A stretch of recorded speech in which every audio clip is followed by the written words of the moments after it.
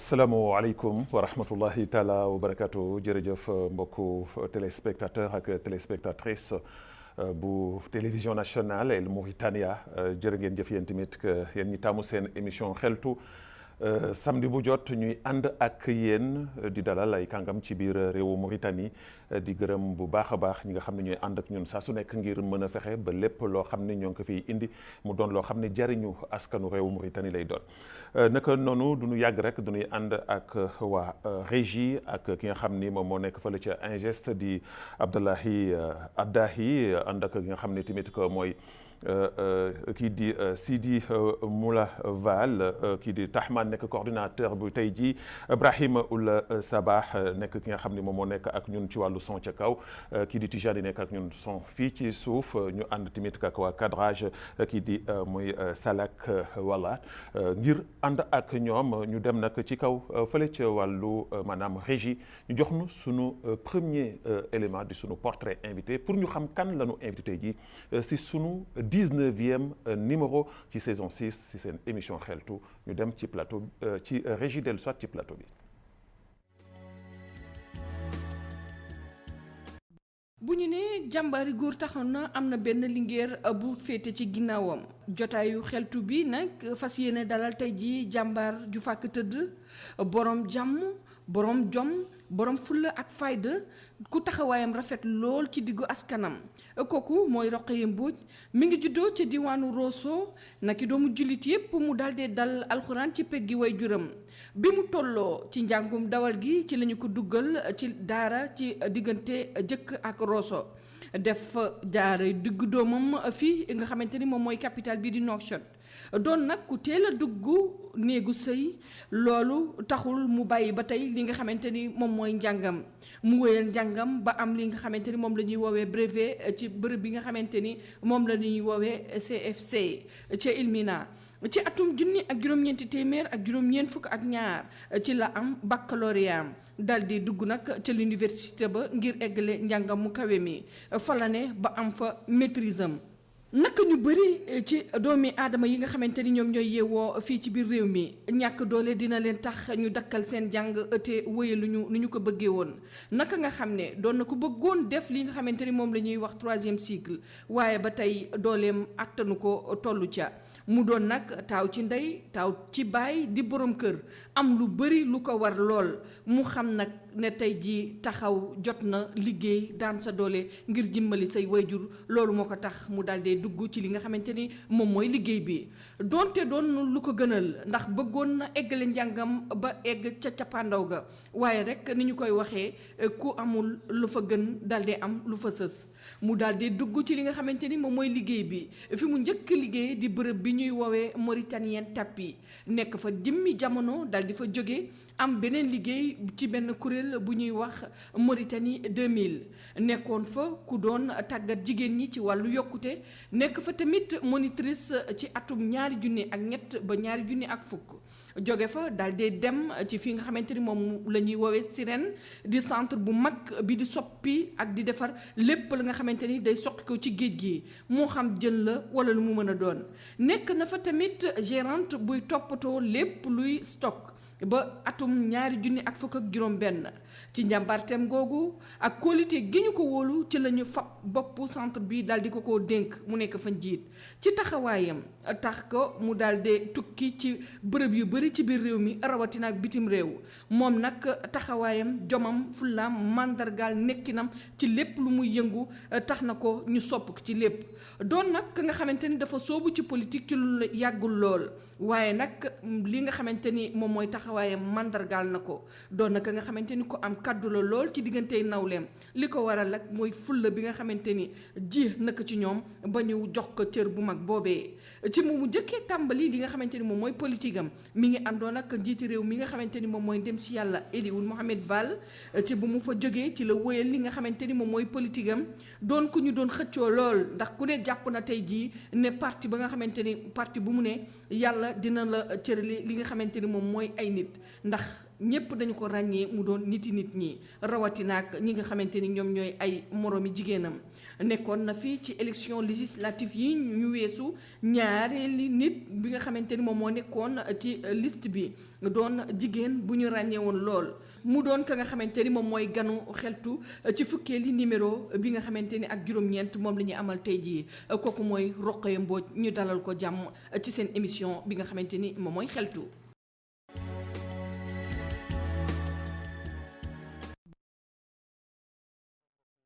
Téléspectateur ak téléspectatrice bu émission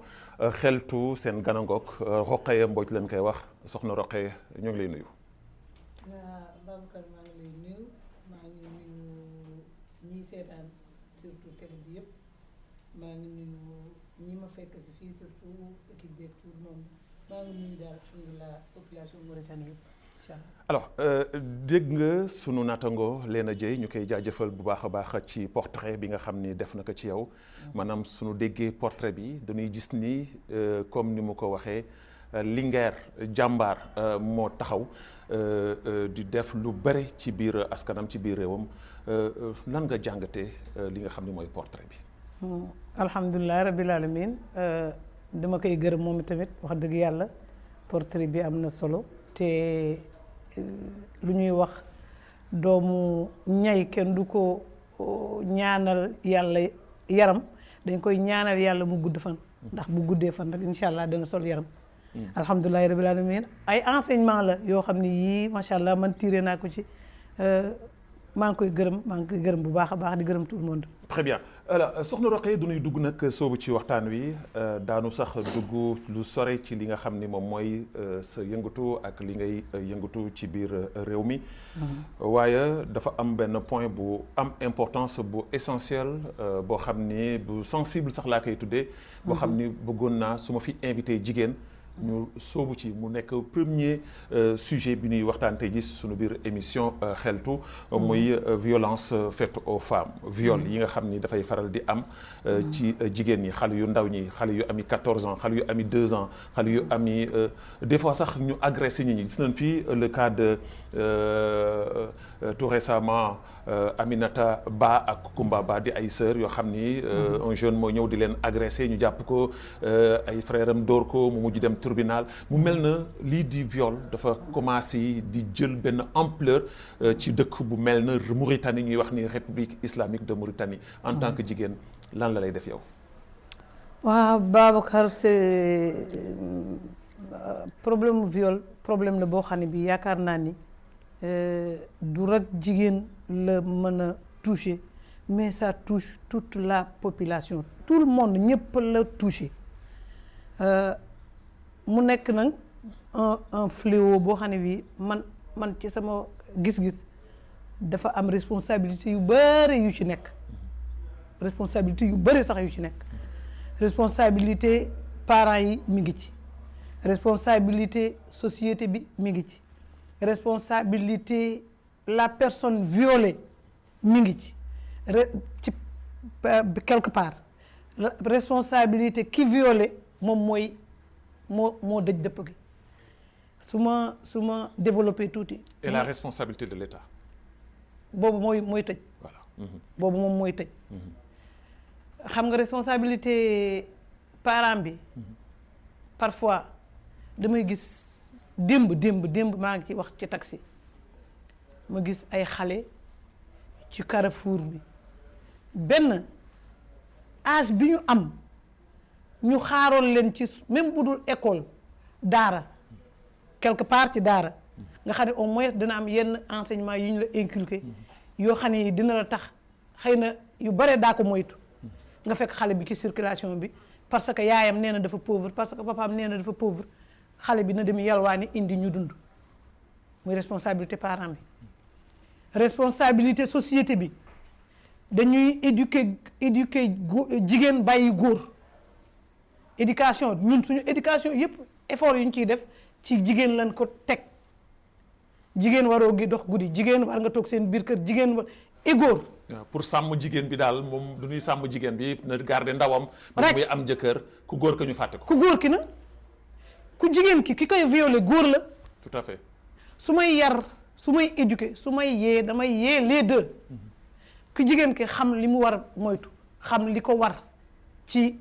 seen biir kër xam li ko war ci mbedd mi mais également ku góor ki mais ñun on a tendance bàyyi ku jigéen ki toppatoo ko da nga war toog ci kër gi yaay nii yaay naa ku góor ki bu xëyee yeewu sangu na wala ndékki na jël na ballon dem na bu dee keneen ki ma nga plage bu dee keneen ki ma nga facilité rencontrer ki la seytaane di pousser nga attaqué ko yomb. maanaam njaboot ji daal njabootu kanaara lanu. moom lañ leen def. ñun moom lañ leen def dafa mel ni ñu mel ni man dañu daw seen responsabilité. responsabilité xale bu góor bi nga xam ne moo violé yow nga nekk sa digg doole yàlla may la wér yàlla may la kattan alhamdulilah rabbil alamin nga mën jog dem wuti nga mën jog dem xeexi comme say moroomu góor nga nekk ci koñ ataaya suba njar ngoon babi fut suba mais facilité yooyu te bu lekk jotee nga ñëw ci seen kër lekk fekk lépp totti nga lekk naan entraîné wu tu as le temps di méditer ce que tu vas faire boo génnee. mais lan moo indi problème boobu tey jii manque d'éducation boobu est-ce que du napp bi nga xam ni moom la waajur yi ngeen doon yi waajur bi ma doon bi man napp ci njaboot ji ça veut dire que da ngay gis koo xam ni dafay jël doomam gënal ko bakkanam ba su defee lu mu war a def ñu corrigé ci biti sax su ñëwee dafa lay wax lu tax nga dóor sama doom. mi ngi ci mais du loolu rek loolu mi ngi ci parce que avant boo defee boo rombee sa nijaay wala sa tante mu corrigé la. wala sax ku dul sa nijaay ko bokk dara tey kenn sañu ko sañoo romb doomu jàmbur naan da nga koy fekk muy def lu dul noonu nga corrigé ko boobu mi ngi ci. beneen bi ku mel ni man ma jóge sama kër nee naa femme battante la nee naa femme émancipée la nee naa femme dévouée la sama responsabilité sama kër fàtte naa ko te ma war sama dévouement boobu sama émancipation boobu sama évolution boobu war commencer chez moi sama kër la war commencer war naa bu ma xamee sama waa kër sama xëy xam ndax xale yi ndékki nañu wala ndékkiwuñu war naa xam ku ci war a jàngi cours dem école tey kan moo am cours ak ku amul cours war naa xam xale bi ndigam bii tëdd na à temps wala déet war naa xam xale bi yu muy sol est-ce que c'est conforme ak nos coutumes yooyu yëpp ñun toppatoowuñ ko tey utum koppar daal moom moo jiital profit moo ñu jiital tout à fait da ngay xëy rek la moindre des choses ci sa kër defoo ko xale yi nga bàyyi leen ak seen bopp seen papa dafay jóg dem wuti mooy le premier qui doit aller chercher. et le phénomène du portable surtout. si laa jëm. voilà si laa jëm. boobu moo gën pire nga ñëw sa doom kër da ngay dugg si kër yaay mi ngi fee ci téléphone am papa mi ngi fee ci téléphone am xale yu jigéen ñi ku nekk yaa ngi ci téléphone ñu ngi ci groupe WhatsApp ñu ngi ci groupe Instagram ñu ngi ci groupe YouTube wala ñu ngi ci YouTube ñu ngi ci recherche yoo xam ne lu ñuy rechercher quoi lan la ñu war rechercher lu dul ñoom ci étude la ñu toll ñoom ci seen bien-être la ñu toll ñoom ci seen développement avenir la ñu war toll mais am nañu yeneen yoo xam ne yi ña nga ca yow waajur wi xam nga ko parce que benn xale bi gis na la tu fais la même chose wala tu fais plus pur que ça veut dire que donc la responsabilité et nee naa sànq ci waajur bi loo ëppale que ci mbedd bien sûr tout à fait bien sûr man su ma ñëwee sama xëy naa dem liggéey sama jëkkër xëy na dem liggéey ñu war bu ñu dellu see tëj téléphone yi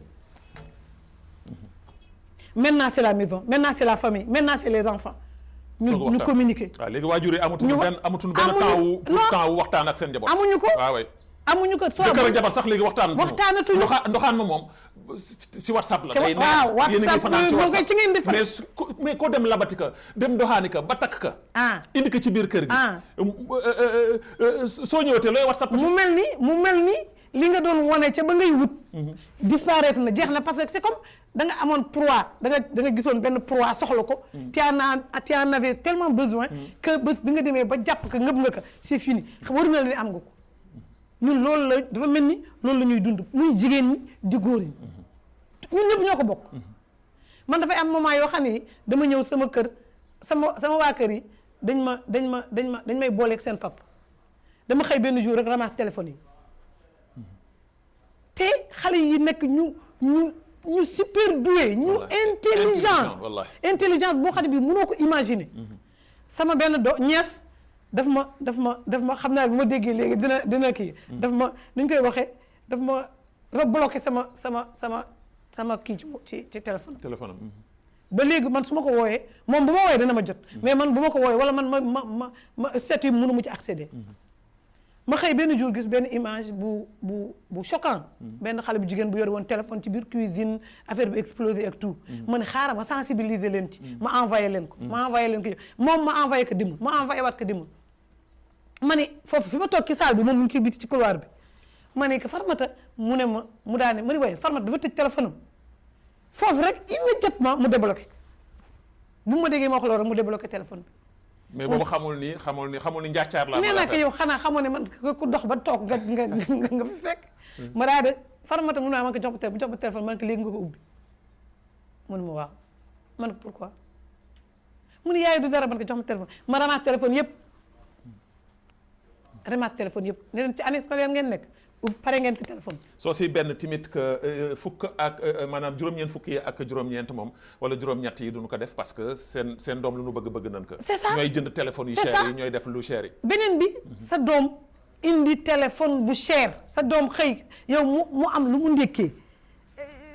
500 wugee yi ngeen ndékkee c'est un problème sa doom indi téléphone 40 000 tu te fais pas de souci ki ko may téléphone 40 000 wala ki ko may xaalis 40 000 mu dem di ko jëndee téléphone. kon yow pour yow Rokhaya en tant que mère de famille viol yi tey jii di répété wu la responsabilité revient aux parents. Aux parents la grande partie ci parents yi la nekk. et la responsabilité de l'État. responsabilité état bi moom moo tëj yëpp xam nga souvent dañuy wax ne. nit ñi dañuy def ci seen bopp ni ku am bras long am nga lépp lu la neex def xale bu góor bi nekk ci koñ bi gis xale bu jigéen bii ko xaritam violé ko ñu yóbbu ko ñu arrêté ko yóbbu ko une semaine mu gisaat ko muy dox ci mbedd mi. oui c'est ce qui est arrivé le cas de Aïssata Ba ak Kumba Ba bi nga xam ne am na temps yi Daara Bel moom xale bi ko violé du ñuy wax ni papaam borom tëni la ñu naroon ko bàyyi mu dem il a fallu l'intervention de l'avocate comme mel na Fatimata Mbaye de passage ñu koy mais maa ngi koy gën a doon remercier wallaay ku baax parce que Kumba Dada Kane la députée pour mën a wàcc ci mbedd mi taxaw yuuxu pour ñu mën a mos naa am benn cas boo xam ne bi macha allah moom moo ci taxaw ba ñu benn paa bu am 60 ans violé une fille de 13 ans seen waa kër yëguñu ko ba mu nekk en état avancé de 7 mois. et te loolu lépp suñu société bi lay am. mi ngi noonu ay masla mi ngi noonu ay nëpp. mais gis nga xam nga fu mu mujjee cas bi ma lay wax fu mu mujjee yaayu xale bi biñ ko ne ay mbokkam yëpp rek mas kii waaw boo yóbboo sa ñëpp dañuy def seen ci ma lay wax responsabilité état ñëpp dañuy def ci seen bopp ni bu demee du tëdd. parce que am na loxo. ñu ne que bu la neexalee nangul lekkal. mais man sama avenir doom sama dignité doom sama kii dinaa ko yemaleeg benn ñaar téeméeri junni yi may jox. des fois c'est les pères ou les mères de famille plus particulièrement sax yéen jigéen ñi. jigéen ñi mën nañu wax ni ñooy yéenay jaay seen. mais mooy li am. dafa neexul. wax neexul dégg. mais loolu mooy ki accepté ñu violé sa doom neexal la 300 000 wala neexal la 200 000 nga accepté ko ne da ngay arrangé. buñ nee la da nga jaay sa doom bu ko mer. tout à fait waaye loolu moo am. neexul mais mooy dëgg. te loolu war nañ ci bàyyi xel bu baax mais bien sûr. ñu waroon état waroon jël ay mesures strictes ku violé surtout mineur liñ daan biñ lay teg bés buñ ko tegee nit bay nit ñi gis ko ku amoon intention di nga taxaw. et surtout du ñuy wax ni la Mauritanie ratifié na loi yëpp la ratifié. yëpp am na mais application bi. c'est moom ça le toujours problème la ONG yi application toujours moom mooy def défaut. toujours moom buñ la boo ñëwee boo demee ci yoon ba ñu tegal la les lois tegal la yi ñu décision yu ñu ci am yëpp boo ko xoolee da ngay yéemu ci yàlla c'est diamétralement opposé ak ce qui se passe. et est-ce que am nga yaakaar tey jii ak ce nouveau gouvernement. est-ce que am nga ci yaakaar que ni li fi woon dana woon ni. dana am changement bu ciy am. oui parce que xam nga xëy na ñun xëy na ñi fi nekk xamuñu leen xëy na c'est des nouveaux. mais xam nga en général ki lay jox espoir mooy ki xam. Babacar xam naa la ci sa njàmbaarte xam naa la ci sa dëggu xam naa la ci sa doxal yoon. suñu ñëwee annoncé ma ni ki ñu fal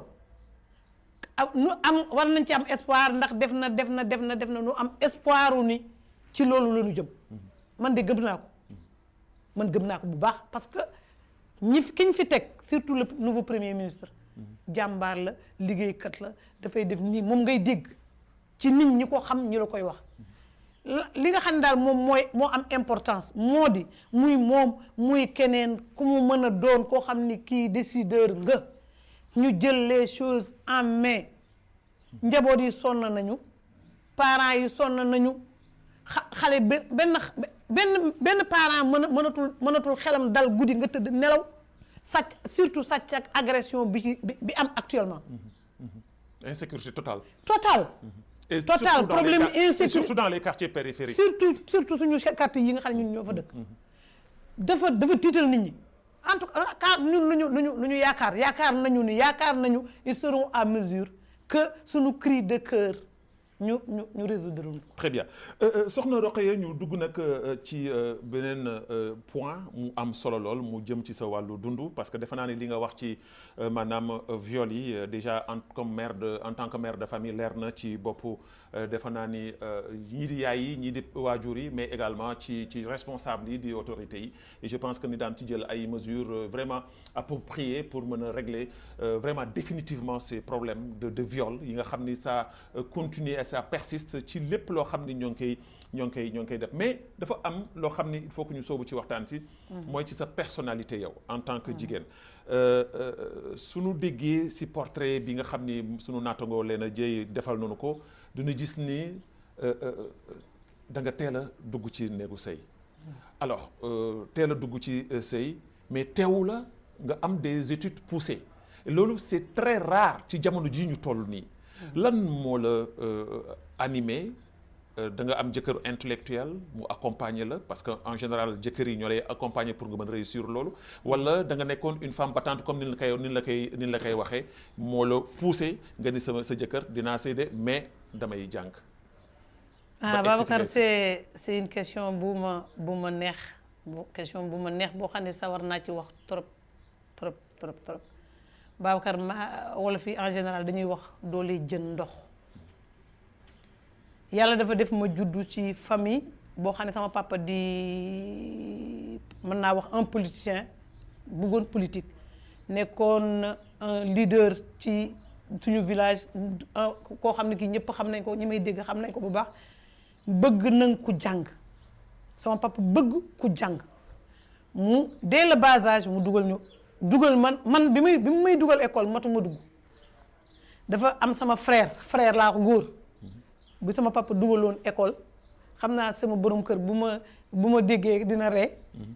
mu dugal ko góor kooku avant ouverture des classes mu décédé moom moo ma magoon une année man waroon na desaloon na une année pour ma dugg école sama papa bàyyi fa kayitam dugale ma ko man xam nga kayitu góor nga dugg ci yow ñu dugg ci yow jigéen waaw lu kéemaane la sama maam da nga daan wax waaye yow demal yóbbu kayit gi sax nga changé ko mu ni changé wu ma damaa amoon yéene dugal sama doom dugal naa ki sama doom damaa amoon sama papa alhamdulilah maay taawam mais amoon naa ay mag xëy na dunduñu moo taxoon sax mu gën a attaché wu ci man mais xam nga rek ci jigéen nga toll ci âge wu sëy sama inquiétude yu yaay sonal sama papa ba finalement mu ne ma man dama bëggoon nga jàng ba sa jàng sore waaye comme sa yaay sonal na ma te say mbokk ngi ñëw di la bëgg dama lay maye. ban âge nga sëy? maa ngi sëy 16 ans maa ngi def 2e année collège. loolu si jamono jii de. surtout lu yéeme jamono ji moom ku ko def ñu attaqué Babacar mu ngi noonu lu yéeme 16 ans. yàlla def mu ne ma dama lay maye ndax sa yaay sonal na ma ndax say mbokk ñu ngi ñëw di la bëgg nangam man bi mu ma waxee ni ma première bi dama lay maye ma ne ko sëyu ma damay jàng. première bi dama bañ nekk damay jàng mais sama papa ni ma moom am na confiance ci ki may te xam na ni kër gu famille boobu bu ma fi duggoo famille yu jàng la famille yu culture la famille yu lépp la dinaa réussir. loolu j'en sais quelque chose ouais. sama papa wax ma loolu. xëy na bëgg naa neex na ma neexuma finalement accepté naa parce que c'est mon père qui parle. c'est mes parents qui parlent. te yaakaar naa ne ils sont mieux placés que quiconque pour bëgg ma réussir. moo ci regret. pas du tout yàlla def ñu boole maag un homme exceptionnel Babacar bu sujuutaloon nit yomboon yàlla suñu diine nangu ko ma xam ni dinaa ko sujuutal. ah c'est fort ça. wallahi bu fekkoonte ni woon ni sujuutal nit taxaw kabar sujuut te permis man ma defal ko sama borom kër. waaw loolu. Babacar ma ñëw maa ngi def 2e année collège ma sëy sama waa kër maye nañ ma transféré nañ ma yëguma sax di transféré nañ ma mi ngi may dégg ma dem Rosso dellu collège ñu ne ma yow transféré nañ ma ne transféré te kenn waxuma ko sama papa maye na ma sëy waxuma ko ba transféré dama waxuma ko ça veut dire quoi ça xelu xale jàpp ma dem suñu kër xëy na xaw kii nag yooyu mais quand même accepté naa parce que man sama papa yàlla daf ma booleeg moom ma ñëw bi ma ñëwee sama jëkkër ma ne ko man de dañ ma transféré te waxuñu ma ko mun ma moom c'est pas un problème mu jël les choses en main dem toppatoo ji sama transfert au niveau du ministère boobu temps un certain Mohamed Fall Ndiaye moo fa nekkoon dem kooku réglé ko macha allah situation bi ba alhamdulilah ma commencé sama 3e parce que fee 2e laa fa def ma ñëw fii def 3e fa la ci lycée Elmina Babacar sama borom kër dafa dépêché nit ci village indi ko teg ko sama kër uniquement pour samay besoins à l'époque du tey de waxuma tey nga xam ni jànq yomb na mbindaan yomb na tout ça yomb na booba temps Babacar dafa ma aboneel taximan buy ñëw kër ga di ma jël di ma yóbbu di ma delloosi Babacar du ma ni bic du ma ni kaye du ma ni tout j'avais tout yaayam bi ko jur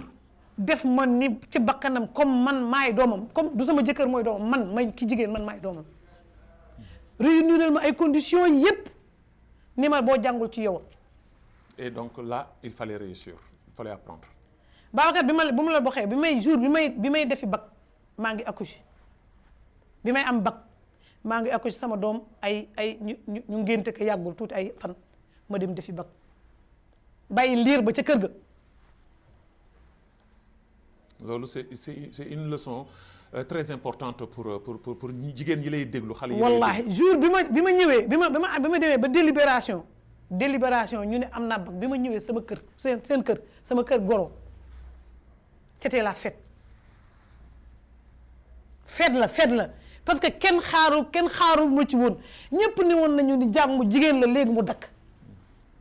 moom sama jëkkër mu xamal ma ne ñëpp nee ñu da ngay doo sori sagal ma sama goro ni ma ñëpp féetale nañ ma mere nañ ma féetale nañ ma ci télévision laa nekk yàlla na ko yàlla yërëm fi mu tëdd yàlla na gën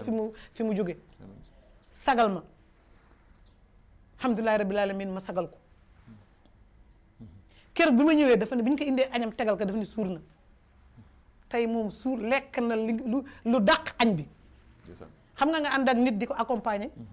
yàlla def mu réussir fi nga bëggoon mu réussir fa mu macha allah beneen bi ma après feetu kër gi fii ma ak sama jëkkër sama famille ak tout ma dem village gis nga Babacar bi ma accès village sama papa mi ngi woon ci mbaaru jëkk bi xale yi demee ni ko roqe mbuj ñëw na wallahi Babacar tànk neen la jógee jàkka ja ba fekk ma fi ma toog ni ma mën wóoroon na ma ni lii daa ko am xam nga fa Babacar affection boobu boo ko amee ci kër nga am ko ci say waajur am ko fi ngay sëy ñu jàppal la ba nga yëg ni jàpp nañ la Babacar boo réussiral ci yow. loolu c'est important et mbokku téléspectateurs yi mu nekk loo xam ni tey jii ki ma leen inviteel su ngeen ko déggee dama def publication bi ci réseaux sociaux yi ci moins de 24 heures muy bëgg a toj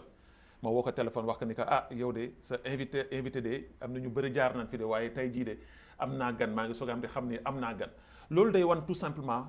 kenn ku nekk ci fi nga nekk muy góor muy jigéen war nga am taxawaay boo xam ni da nga ciy dem ba jeex pour am li nga war a am def li nga war a def surtout les jeunes filles nag yi nekk ci jamono ji ñu jàng xam ni avenir bi jàng la ku jàngul da ngay perte.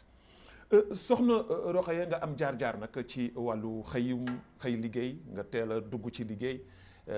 amoon nga intention def 3e cycle mujjoo ko def ndaxte moment boobu comme ni nga ko junjee léegi bëggoon nga dimbale sa yaay bëggoon nga dimbale sa papa bëggoon nga dimbale sa njaboot sa borom kër mu dugal la nga dem ci liggéey am ay expérience ci liggéey ba tey ji fi nga nekk fi tey nga nekk fa directrice muy Sirène muy ñi nga xam ne ñoom ñooy transformer lépp loo xam ne jëm na ci produit halieutique maanaam muy jën yeeg xeetu jën bu mu mënti doon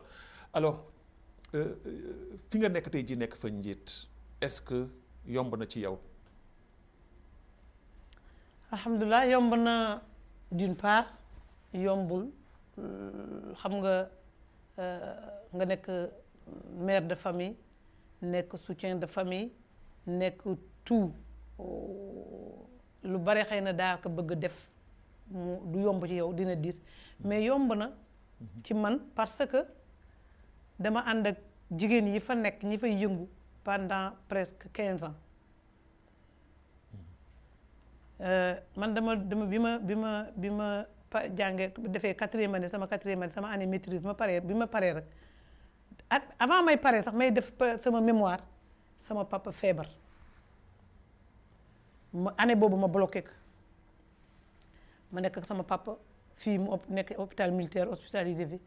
ba yàlla def li ci gën mu génn àdduna sama rak dama amoon sama benn rak boo xam ne bi crise daf ko daan daaneel souvent moom tamit def crise ñu indil ma ko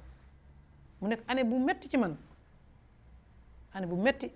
mais quand même yàlla may ma ki ma àndal sama borom kër dinaa ko wax fi ma xanaa ba sama dernier souffle lu ma mën moomu man lu ma mën sama jëkkër la mu jàpp dimbali ma ci macha allah année boobu ma defuma sama mémoire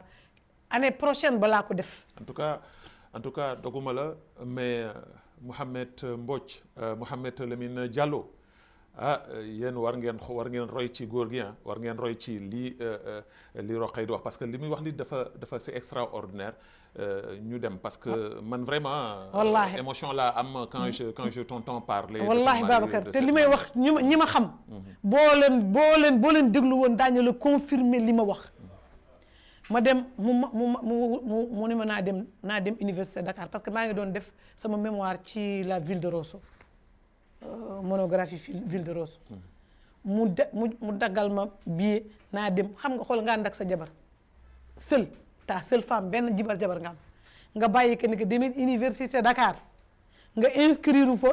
def fa sa mémoire say recherche say yi nga soxla yëpp pour nga am parce que boobu temps documentation bu mel nii comme tey actuellement nu mu mel il fallait que ma dem à Dakar gis ñoom les Iba Der Thiam les Abdoulaye Bathily ñooñu ci ñooñu laa dem sama benn cousine Ndeye Rokhaya Mbodj journaliste faciliter ma les choses sincèrement ba mu rencontré ñooñu université Dakar université Cheikh Anta Diop ñu ma def foofu samay recherche sama yëpp macha allah ba année 97 laa soutenir sama maîtrise. yàlla def période boobu sama papa décédé na sama bàyyi ñaari jabar bàyyi njaboot macha allah sama papa dafa bàyyi njaboot il fallait que man ma jóg. loolu moo la sóobaloo ci liggéey bi. xëy na bëgguma woon sax arrêté moment boobu précis mais yàlla def ma ne léegi moom wuti liggéey moo ma jël samay dossier déposé que n'importe où yàlla def ma am sama premier emploi ci Mauritanienne de tapis ma dem Vivi ku baax. ku julliti ku ma bëgg ba tey jii léeg-léeg daf ma yow ba dooma sax seet ci xanaa boo ma bàyyeet man ko wallaay du ma la bàyyi te du ma la mas a bàyyi ma def fa 4 ans def naa foofu 4 ans mais xam nga toujours léeg-léeg nga am opportunité bu ëpp bi nga amoon nga dem finalement ma dem Mauritanie 2000 amoon soxla woon une animatrice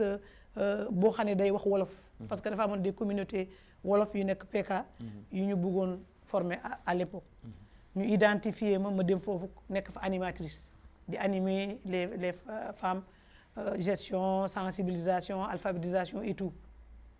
ma def foofu presque ba 2010 2003 ba 2010 foofu laa nekk muy tam femme man yàlla xaw ma lu ma yàlla def xëy na li may conseiller xale yi tey gis nga ñaanu waajur du parce que je suis étudiant du parce que je suis intellectuel du parce que je suis ceci cela ku ko am yàlla yóbbu la nga sori bul sax sonn sori force ak loo mënti yëngu loo mënti yëngu sori force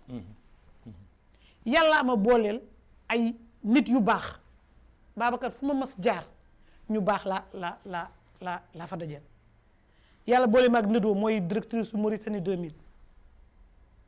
ma def fa ak moom 10 ans presque def naa fa ak moom 10 ans waaye yàlla mi ma tiim xam na ni fu ma àgg tey ci professionnalisme loxo Nedo ci la ndax dama ñëw xam nga kuñ la indil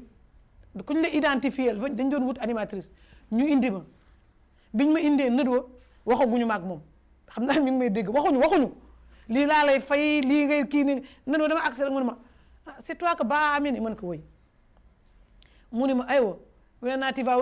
tu vas prendre la zone de paix Riyad nii wax ma ni wax ndaw si xanaa balaa ngay wax nit daa jël Riyad ak daa jël kii xanaa daa ngeen toog ngeen waxtaan mu ne ma ñëwal ma ñëw mu dugg ci bureau daal ne ma yow ay étagère yu nekk fa ni ma étagère bii sa étagère la ma ne waa ndaw si féex na de mu daal ne ma tu commences quand ma ne commencé mu ne ma parler c'est après tu vas venir demain matin à 8h tu montes demain matin à 8h man ko inchallah ma dem wàcc bi ma demee ba sama kër ma ni man ndaw si waxante wuñu maag moom salaire waxante wuñu maag moom activité yi mu qu'est-ce qu'elle attend de moi ñëw rek mu ne la suba na nga xëy si waaye bu ma xëyee suba bu ma àggee dana ma wax nu ñuy liggéey man du ma liggéey rek comme ça ci nii ma ñëw le lendemain mu ne ma dama accès rek mu ne ma damay dem mission Nouadhibou tu vas partir avec nous ma ne waa ñu dem Nouadhibou yooyu yëpp xaw ma lu ma moom qu'est-ce qu'elle attend de moi xaw ma lu may fay xamaguma ci dara te ni ma accueillir tax na am naa gêne pour toog di ko wax toog di ko toog ni ko kaay defal ma lii ñu dem Nouadhibou dellu si macha allah ma def fin du mois jot mu fay ma mu jox ma salaire bi ma nekk double fi ma jóge salaire bu ma fay nekk double fi ma jóge beneen bu ma gën a dàqal salaire bi ma ñëw buy dem mission ni ma jógal ñu dem mu dàqal ma salaire bi bu dee à l'intérieur du pays ni ma ñëwoon ñu dem bu dee au niveau international mu ne ma kii am nga passeport première moo ma jëkk wutal passeport dem ambassade defal ma sama passeport defal ma yëpp ñëw ni ma damay dem Italie on va partir ensemble. Alors aujourd'hui lii fi nga nekk nii muy Sirène ñu xam ni transformation produit halieutique lañ fay def liggéey bi foofu nan lay demee ci jigéen ñi. macha allah est-ce que am ngeen ci tey jii un résultat satisfaisant. alhamdulilah xëy na bëgg nañu xëy na mu gën a yokku parce que gérer des groupements de femmes plus de 100 et quelques femmes laaj na un appui laaj na un encadrement laaj na un suivi laaj na une promotion boo xam ne bii nit ñi daañu xam ni ce centre là mu ngi fii di def production macha allah bu impeccable am nañu ay partenaires partout mais c'est pas suffisant beneen bi mooy dama am un groupement nee naa la ba jigéen yoo xam ne maa leen accompagné woon depuis 2003 la ànd ak ñoom ci commencé ci alphabétisation commencé ci formation commencé ci organiser leen déjà actuellement defoon nañ leen ay groupement GIE reconnu yu am seen récépissé am tout. est-ce que ñoo ngi ci jariñu est-ce que ñoo ngi ci bien sûr ñoo ngi ciy suturlu bien sûr bu fekk temps boo xamee ni géej macha allah am na jën alhamdulilah rabbil alamin ñoo ngi liggéey alhamdulilah rabbil alamin envier wuñu kenn c'est un groupement boo xam ne bi ñooy jënd ensemble ñooy jaay ensemble ils ont créé un comité de gestion boo xam ne bi ñoo ànd ak man muy ay maire yu brave ay maire yu sawar yu neex àndal ndax macha allah bëgg nañu lu ñuy liggéey ay mool lañu juddu ci mool màgg ci mool xam métier mool di ko liggéey macha allah di nekk ci boobu ak léegi alhamdulilah rabbi ba ñu gis ku ñëw di leen encadré di leen wax leen xëy na niveau intellectuel bi xëy na moo desoon ci ñoom ci loolu côté boobu surtout ci lañ leen di appuyer. mais Rokhaya yaa ngi junj léegi lu am solo parce que gis nañ fii ça devient maintenant une habitude tous les vendredis moo di wàcc ci biir tefes gi. ci géej gi bëggoon nañ fi sax def marche. naka semaine bi ñu tere leen ka ndax coronavirus bi bu def propagé wu. ñu gis ni temps yi ñoo ngi am seen ay brassard rouge nekk ci tefes gi di wane seen bopp di wane seen mécontentement ndax pour ñoom lii di fil monofilament boobu mi ngi yàq lu bari ci biir géej gi te ñi ko fay def étranger yi mais étranger yi ñeme woon ko fi def te amuñu ay partenaires c'est-à-dire que les hommes d'affaires mauritaniens les gardes-côtes ñoom la ñu tuumaal bien sûr alors yow en tant que jigéen di yëngatu ci wàll woowu nekk ci biir géej gi aussi tamit xam li fa nekk lan nga ciy wax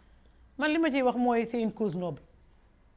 cause bu noble la bu bépp mauritanien war xeex gis nga Sénégal ñun dañu am ay partenaires Sénégal dañu am ay partenaires Guinée dañu am ay partenaires parfois dañuy def échange entre échange sous-régional waa ADEPA may ci gërëm Moussa Mbeng son secrétaire exécutif ñuy dem échanger ak ñoom partout monofilament bi partout pays yi ñu wër yëpp di ko xeex parce que daf di engin de pêche boo xam ni day lu muy rey ci doomu aadama boo ñëwee géej tey actuellement juvénile doomu jën yu sew yoo xam ne amuñu benn njëriñ nga wàcce ko ba ci kaw sotti ko ci kaw oto yi di jaar ci kaw. mais est-ce que loolu tey jii l'État est conscient de ça est-ce que état bi xam na gravité boobu au juste parce que man mënuma comprendre lu grawee na monofilament te état bi di si gëm a bëtam état gën a xam ni état bee gën a xam ni monofilament dañ ko bannir partout dans le monde partout ñi koy utiliser ñëpp dañ koy utiliser ci clandestinement du engin bu baax du engin est-ce que clandestinité boobu est-ce que mën na dugg ci biir géej gi te ñoom yëguñu ko benn bi est-ce que du complicité bi mais bien sûr que complicité la benn bi premier xeex man bés bi nag moom laay wax ñiy xeex premier xeex bi c'est pas au niveau de la mer c'est à terre c'est un commerçant qui l'amène voilà surtout loolu te man jël naa ci weewu béy ñu ni des centaines de milliards moom mooy ay monofilament mooy yi nga xam ne moom la moo nekk ci magasin yi xamuñu stocké ko te loolu ñoom pare wuñu tey ji pour que taal parce que c'est des milliards alors et pare wuñu ko pour que taal sacrifice lay doon tey mais l'homme d'affaires qui l'amène de la Chine ku ko jëlee Chine indi ko fi dafay jaar fay taxe port lay jaar fay douane fay en conteneur pour l'amener ici tu peux me dire que l'État n'est pas au courant et lan mooy solution bi tey ji mais les solution bi c'est étatique du man du yow c'est des décisions de l'État État moo ko fi mën a jële te jële bi du au niveau de la mer c'est à terre une décision boo xam ne bii dina empêcher complètement achat vente monofilament mais garde-côtes yi ni ci tuumaal di wax ni ñoom seen bopp tamit que dañu am complicité ak ñi nga xam ne ñoo bi def mais est-ce que loolu du doon lu garaaw ñi nga xam ne ñoo war a aar géej gi tey ji suñu demee ba nga xam ne ñoom ñooy jalgati yoon loolu mooy problème bi xam nga ne un étranger amul fitu taxaw bu amee fitu ni lii lay utiliser ba jóg jàkkaarloo kat garde-côte di xeex y a quelqu'un derrière amul sax làq-laqal bu ko étranger bu sañ am fitu ñëw ki sa propre réew sa propre mère foo xam ne fii wër na ko ni yow yaa ko moom am fi benn droit. et c'est grave tey jii kenn lekkatul jën ça fait maintenant combien de jours man xëyuma gi ñun suñu usine noo nga ne ça fait maintenant presque 1 mois maa ngi am benn commande ay croquettes de sardinelle ay croquettes de kii xam naa waa GIZ bu ñu ma déggee mënuñu ko am parce que sardinelle bi gisuñu ko sax. et dañuy wax ni coow géej buggul coow heure bu coow. bien sûr en tout cas c'est un constat moo xam muy dëgg wala xam mais géej heure bu amee coow c'est à sec géej bii moom heure bu coow boo jegee ñu ne garde-côte xeex naag mool wala mool xeex naag marin wala kii nga gis ki gën a teg dara du mais li gën a garaaw ci loolu parce que du ñuy wax ni complicité boobu homme d'affaires yi ñoom xamuñu géej mënuñu géej xamaanuñu géej mais am na ay doomu Mauritaniens aussi parce que ce ne sont pas tout simplement les étrangers plus particulièrement les Sénégalais mais il y a des Mauritaniens yoo xam ne ñoo am en phase ak complicité ak ñi nga xam ne ñoom ñoom xam nga problème bi lan la mooy dafa bëri ñi gëmul ni monofilament bi dafay yàq amuñu ci lu wóor de source sûre que ni monofilament bi li monofilament di yàq ñu bari gëmuñu ko mais c'est le rôle de l'État une sensibilisation générale des formations des campagnes xamal le mal bu nekk ci utilisation wu monofilament tant que état bi jëlu ko en main man ma xeex yow nga xeex keneen xeex. alors tey jii ban message ngay lancé le président de la République ci mbir moomu parce que le ministre de la pêche l'a dit que ni am nañu volonté peut-être tey jii pour taxawal benn mbir pour mën a fexe ba ànd ak mool ñi mais tey jii au sommet de l'État ban message ngay lancé le président wallaay li may lancé mu yaakaar naa ne moom la sama collègue yëpp di lancé que le président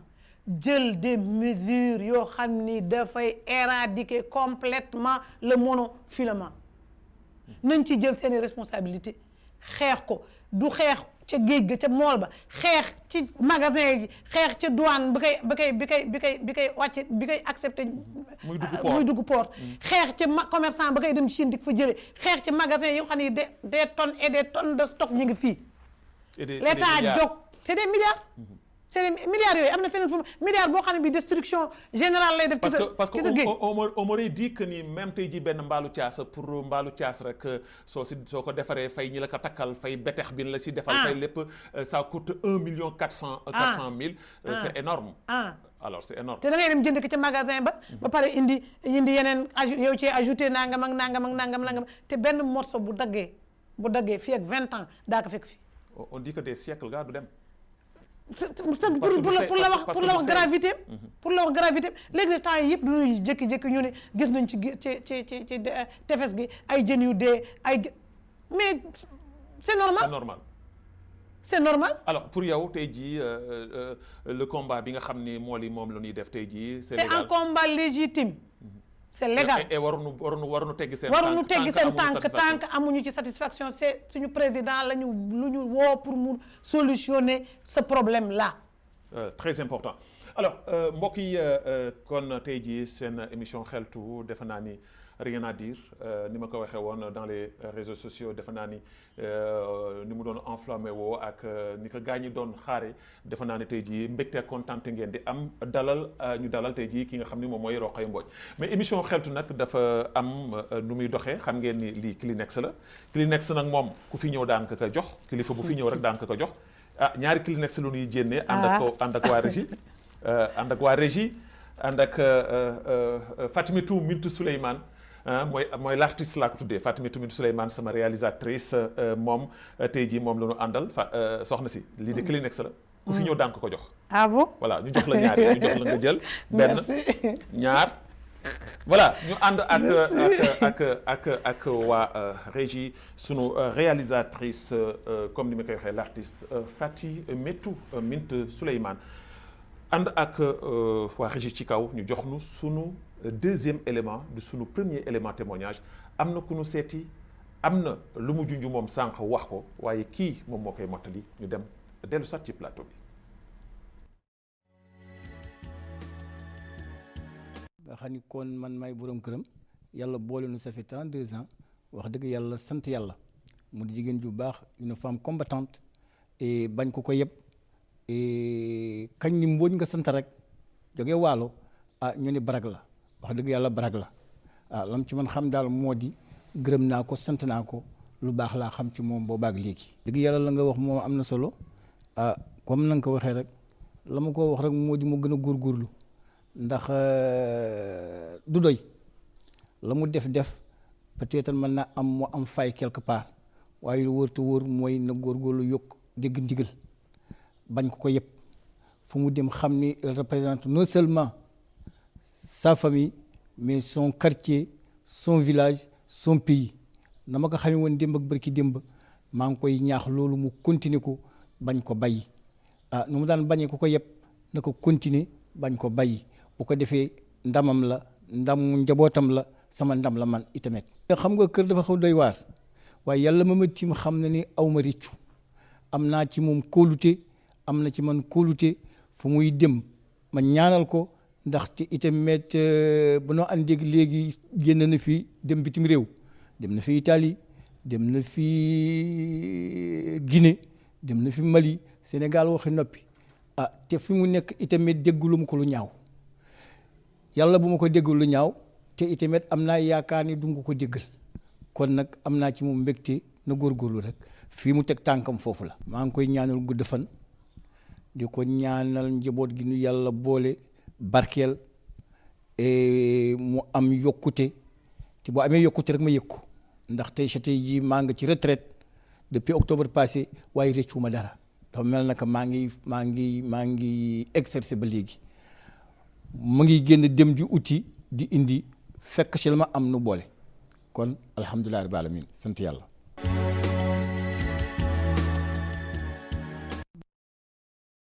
soxna si li nga waxoon dafa mel na daf ko dëggal.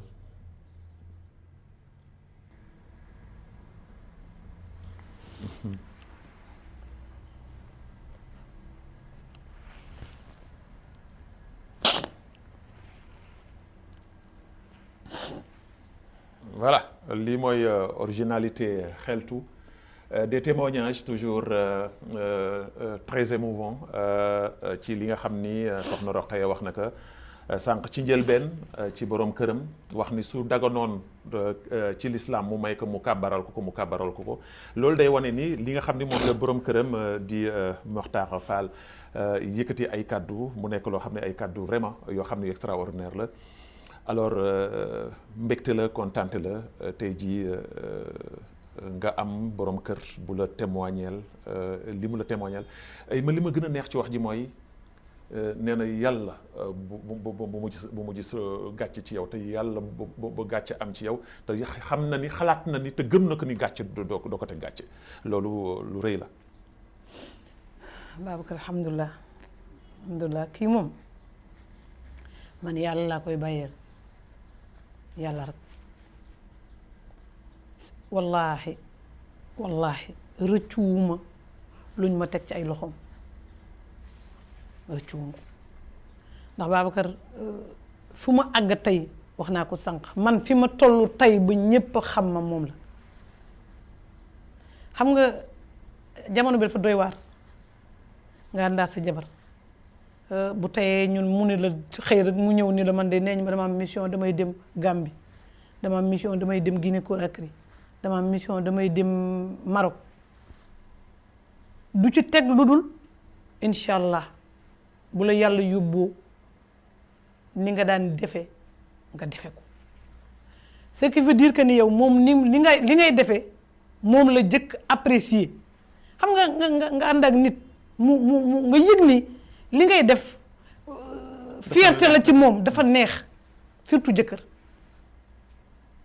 samay doom tey jii buñ ñu ko woon papa nu ñuy def nanga mun leen dellu leen seen yaay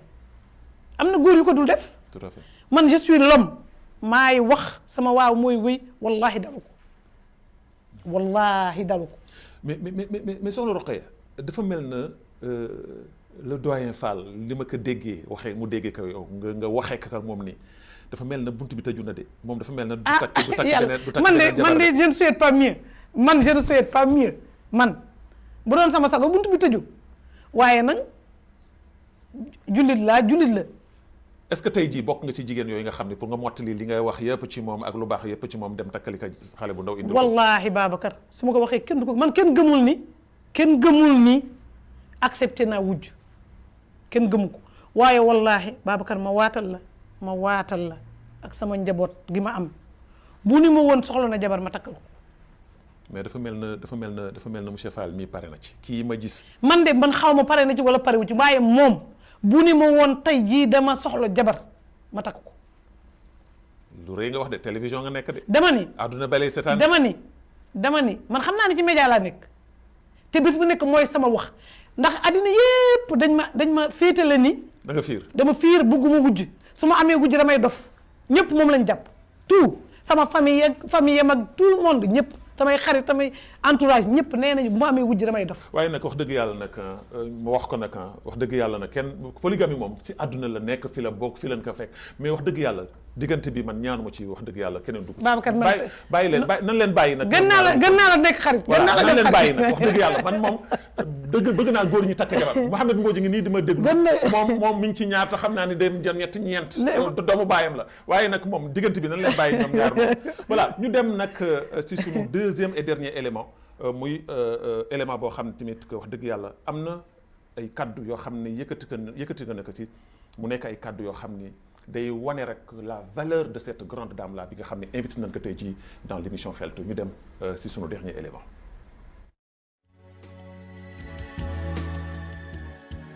sama yaay la comme ni nga ko wax muy jigéen ju baax macha allah ju am yërmande ju bëgg a liggéey léppam liggéey rek la foo ko fekk liggéey rek moom léppam liggéey rek la macha allah li ma mën a wax ci moom mooy macha allah mi ngi ak ñun yor nañu yor bu rafet alhamdulilah ñoo ko ci sant di ci gërëm bu baax. bégg rek ndax yaakaar naa ku nekk nit ku nekk bëgg nga di déggal sa yaay témoignage yu baax di koy te di dégg ñuy wax lu baax aussi ci lu muy def ñun gis nañu lu muy def man damay ànd ak moom souvent fu mu dem comme li ma la wax rek moom liggéey moom daf ciy yóbbaale ñëpp fu muy dem lu muy def daf may woo yóbbaale ma gis mu jàngal ma xool jëriñu ci pour ëllëg on sait jamais macha allah lu muy def gis nañu ko nun chaque jour ñu dégg ci témoignage bu baax koñ beeg fu mu nekk ak fépp macha allah te loolu mbégte la sérieusement ku nekk bëgg nga di dégg sa yaay nu wax ci moom lu baax la neex na ci xol nga koy dégg di ñaan yàlla rek ndeysaan mu continuer incha allah. loolu mën naa rappeler wu jour bi may am sama première doom xale laa xaw ma dara premier enfant ma sonn lool ndax xale bi dafa sonn gaa avant muy judd dafa sonn man sama bopp ma sonn bi ma ko amee macha allah xale bi ñëw noyiwul ma gis ko moom xamatul fu mu nekk mu jël xale bi noonu mu juddoo noonu man sama bopp sax gisuma xale bi mu juddoo noonu mëntul noy ñu jël ko di ko yóbbu mu nekk ak moom une semaine jour bu ñu koy tudd si de soogam génn une semaine ñu ngi hôpital une semaine ma gisuma xale bi bés mu egsee dugg si ànd ak xale bi nii man dama xool xale bi ma xool ko moom ma gis ni sonn na toog nu lu yàgg nelawul toog nu lu yàgg lekkul naanul sama xol tooy na si loolu ani nag ñaanal naa ko nag wax dëgg yàlla chaque jour maa ngi koy ñaanal te loolu duma ko fàtte ba mukk waaw di ko yéenee d'abord gudd fan yal na yàlla guddal fanam lool ndax ku baax la wax dëgg yàlla lu mu nuy defal nun gis nun ko te ñaanuñu yàlla tekki bay teral ko ndax mérito na ko bu baax a baax waaw mu ngi noonu daal.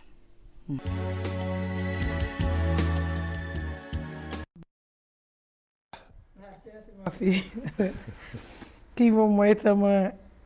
sama taaw pratiquement am na mag góor